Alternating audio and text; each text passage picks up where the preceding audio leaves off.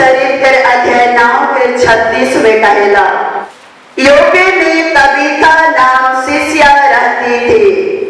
Tabitha का यूनानी अनुवाद दोरकस, यानी यूनानी भाषा से दोरकस हरिणी है। वह बहुत अधिक परोपकारी और धनी थी। Hallelujah, hallelujah, hallelujah. क्रिस्त में मर्दनारे आया भाई परिमान, हमारे मन दूसरा वचन के सुनने। तबीता नाम की एक स्त्री योपे देश में रहती थी। योपे देश में एक साधारण सी स्त्री रहती थी। उस स्त्री का नाम यूनानी भाषा से दोरकस, हरिणी, इस तरह से नाम जाना जाता था। इस दोरकस, इस तबीता योपे देश में रहती थी। एक धर्मी स्त्री थी।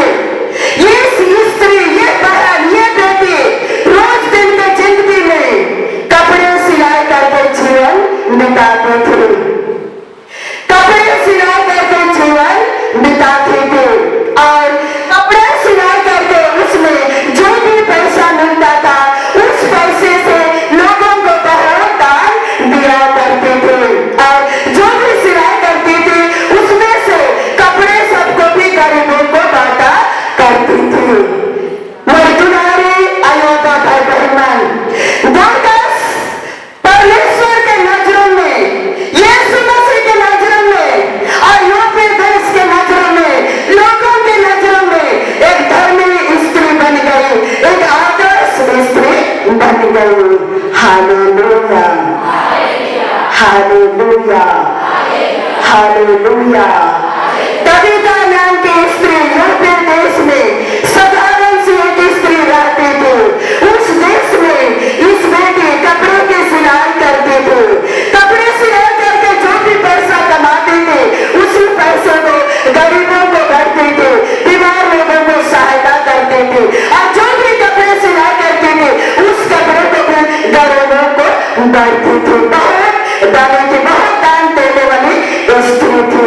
और इस स्त्री का धर्मी जीवन, पवित्रता जीवन, प्रेम जीवन, दयालु जीवन के चलते इस बेटी, इस दोरकस, इस तबीता परमेश्वर के नजरों में, लोगों के नजरों में, योपे देश के नजरों में, गरीबों के नजरों में, अमीरों के नजरों में, धनियों के नजरों में, रोगियों के नजरों में और यीशु मसीह के नजरों में, परमेश्वर के नजरों में, लोगों के नजरों में एक आदर्श स्त्री बन गई।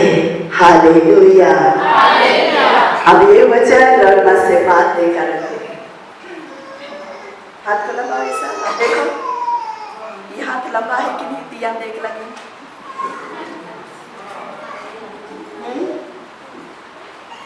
घर में बगरा का लुगा आ जाए तो पुराना लुगा के गरीब व्यक्ति मन के देख लगे नहीं हाथ लंबा है कि नहीं। चलो हाँ, आए, मन खुला है, हृदय खुला है। ये वचन रब मन से बात नहीं करो थे। सीख जाओ इस बहन के समान। जब तक एक दूसरे के लिए मन नहीं खोलोगे, हृदय नहीं खोलोगे, अपना हाथ को लंबा नहीं करोगे, देने वाला व्यक्ति नहीं बनोगे, तब तक आदर्श व्यक्ति नहीं बनोगे। आदर्श व्यक्ति बनने के लिए खुद को भूखा रहना होगा और दूसरे को खिलाना होगा, तब आदर्श व्यक्ति बनोगे। आदर्श व्यक्ति बनने के लिए दयालु बनना होगा, प्रेम करना होगा, लोगों को सहायता करना होगा, जिसके जीवन में क्या चीज का जरूरत है उसको समझना होगा, तब आदर्श व्यक्ति कहलाएंगे। इतने लोगों माँ का, इतने लोगों माँ, अगर पति क्या चाहता है, पति का दर्द को समझते हैं, पति का दिल को समझते हैं, है ना, तो जरूर आदर्श पत्नी कहलाओगे। अगर पति क्या चाहता है उसका दर्द को नहीं समझते हैं तो नहीं हो आदर्श। बस मां के ड्यूटी निभा रहे पति देव के पूरा बात किए है नहीं खाइस रखा बेड़ी वाली है नहीं हाँ हाँ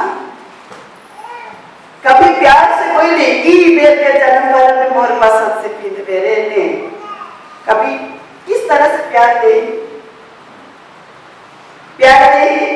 ई बेर के जन्म भर में मोई पींद दे बुरे मोर पसंद के लगा के पींद बेरे ने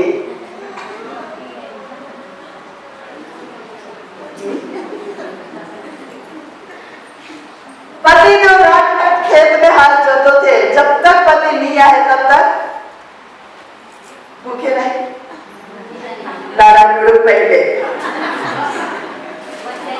हाँ ये आदर्श बनो है नहीं अच्छा सब्जी बने तो सबसे पहले कटोरे में कहाँ दुकाए वो दरवाजा के कोना में या तो आई तो बक्सा था बक्सा में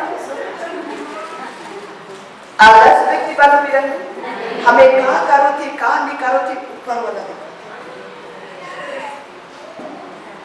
जो व्यक्ति पति के छोड़ के खाए पिए पति के छोड़ के हिने उड़े कूदेला वो ना लगे आदर्श औरत आदर्श व्यक्ति सुन ली तो सीख जाओ इस बहन के समान।